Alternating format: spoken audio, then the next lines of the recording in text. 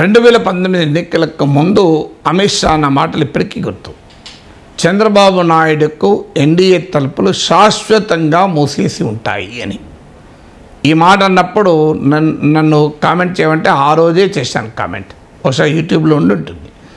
శాశ్వతంగా ఒక రాజకీయ పార్టీ మరో పార్టీకి తలుపులు మూసేసి ఉండవు. ఆ మాటకైతే రాజకీయాల్లో తలుపులే ఉండవు.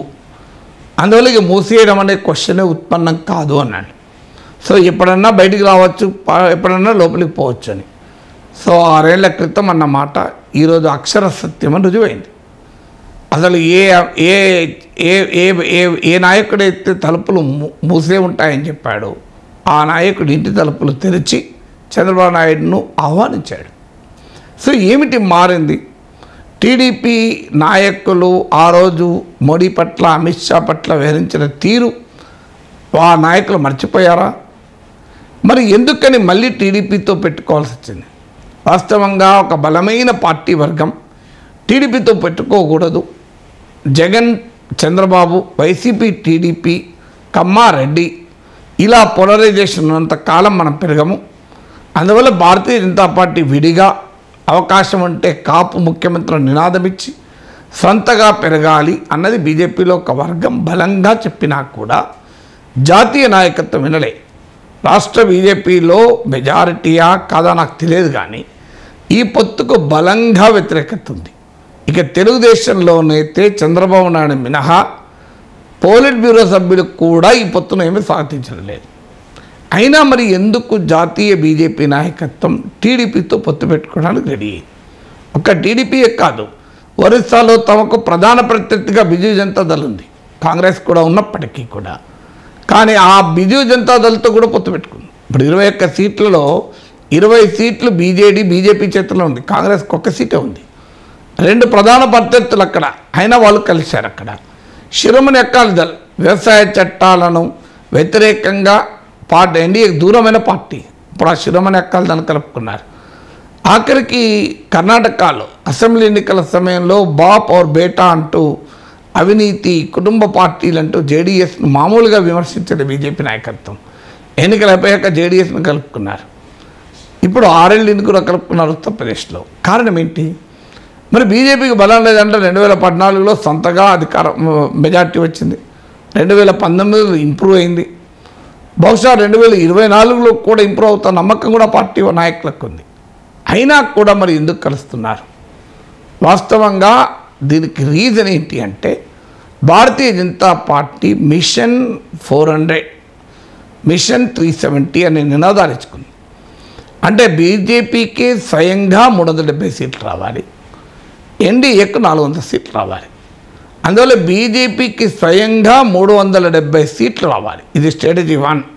స్ట్రాటజీ 2 కాదంటే 400 సీట్లు ఎన్డీఏకి రావాలి. 370 సీట్లు స్వయంగా బీజేపీకి వచ్చే చోట ఎవరెవరు కలిస్తే తమ సీట్లు పెరుగుతాయో వాళ్ళని కలుపుకున్నారు.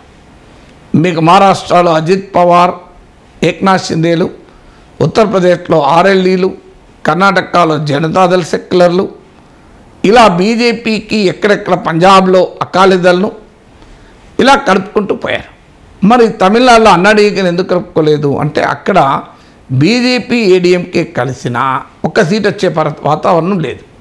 39 సీట్లలో 38 డిఎంకే నాయకత్వ కూటమి గెలుచుకుంది. ఇప్పుడు కూడా మళ్ళీ డిఎంకే నాయకత్వ కూటమే దాదాపు అన్నీ గెలుచుకుంటుంది. అందువల్ల అక్కడ అన్నాడీఎంకేతో కలిసిన సీట్లు వచ్చే అవకాశం లేదు కనుక విడిగా పోటీ చేసి పార్టీని పెంచుకోవచ్చు, రేపు అవసరం వస్తే డిఎంకేని కలుపుకోవచ్చు. అందుకొరకు అక్కడ ఏడీఎంకేని దూరం పెట్టారు.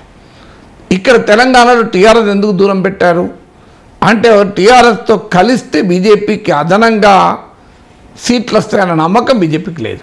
ఉన్న సీటు పోయే ప్రమాదం ఉంటుంది. అసెంబ్లీ ఎన్నికల్లో బీజేపీ బీఆర్ఎస్ ఒకటే అని చెప్పినందుకే జనం మాకు ఓటేయలేదని. అందువల్ల మిషన్ 370కి ఉపయోగపడదు. అందువల్ల తెలంగాణలో టీఆర్ఎస్తో కానీ తమిళనాడులో ఏడీఎంకేతో కానీ బీజేపీ పెట్టుకోలేదు. ఆంధ్రప్రదేశ్ పరిస్థితి ఏంటి? బీజేపీ కనుక ఈ పొత్తు పెట్టుకోకపోతే 1 సీటు కూడా వచ్చేదేమీ లేదు. అందులో మిషన్ 370కి ఏ రకంగానూ ఉపయోగపడదు పొత్తు పెట్టుకోకపోవడం వల్ల. పొత్తు పెట్టుకుంటే కనీసం మిషన్ 370లో 1, 2, 3 బీజేపీ ఎంపీలు కూడా పెరుగుతారు. దానికి తోడు ఎన్డీఏ విస్తరించడం వల్ల మిషన్ 400 కూడా ఉపయోగపడుతుంది.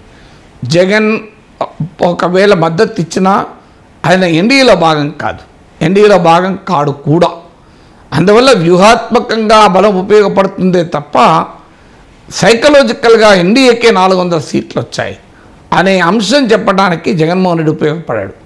అవసరం వస్తే రాజ్యసభలో బలం లేనప్పుడు సహకరించవచ్చు, కానీ జగన్మోహన్ రెడ్డి ఎన్డీఏలో చేరే అవకాశమే లేదు.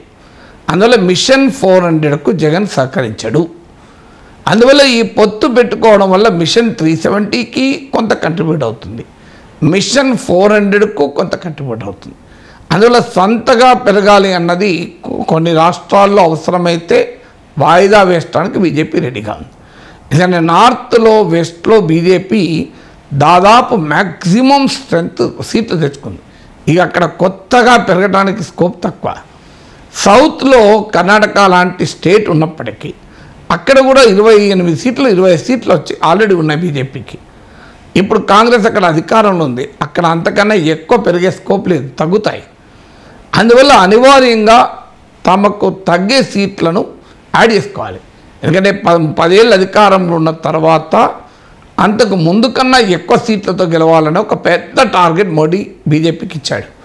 బీజేపీకి స్వయంగా 370 అంటే 67 సీట్లు పెరగాలి, బీజేపీకి 67 సీట్స్ స్వయంగా బీజేపీకి పెరగాలి, ఎన్డీఏకి కూడా పెరగాలి.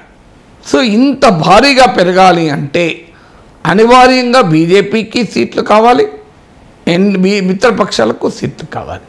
అందుకే ఆంధ్రప్రదేశ్లో కూడా టీడీపీతో కలిసి 6 సీట్లైనా పోటీ చేస్తాను బీజేపీ ముందుకొచ్చింది. అదే కాకుండా కాంగ్రెస్ పార్టీకి దేశమంతా బలం ఉన్న రోజుల్లో దేశమంతా గెలిచినా ఓడినా కాంగ్రెస్కు జాగ్రఫికల్ ఫుట్ ప్రింట్ ఉండే. ఇవాళ బీజేపీ 2 సార్లు అధికారంలోకి వచ్చినా ఒక nation wide geographical foot print లేదు బీజేపీకి ఇప్పటికీ. మీరు సౌత్లో ఉన్న 130 సీట్స్లో బీజేపీకి ఉన్నాయి చాలా పరిమితమే. అందువల్ల నార్త్ అండ్ వెస్ట్లో బీజేపీ ఉంది, ఈస్ట్ అండ్ సౌత్లో లేదు. అందుకే ఇక్కడ మిత్రుల్ని కలుపుకొనైనా తన ప్రజెన్స్ పెంచుకోవాలి. అందుకే బిజు జనతాదళ్, తెలుగుదేశం, జనతాదళ్ సెక్యులర్ లాంటి పార్టీలను కలుపుకొని ఎన్డీఏ బీజేపీ ప్రజెన్స్ను ఈస్ట్ అండ్ సౌత్లో కూడా నిలబెట్టుకోవాలన్నది బీజేపీ లక్ష్యం. అందువల్ల ఈ మిషన్ 400, మిషన్ 370 లక్ష్య సాధనలో భాగంగానే టీడీపీతో కూడా పొత్తు పెట్టుకోవడానికి బీజేపీ జాతీయ నాయకత్వం నిర్ణయించింది.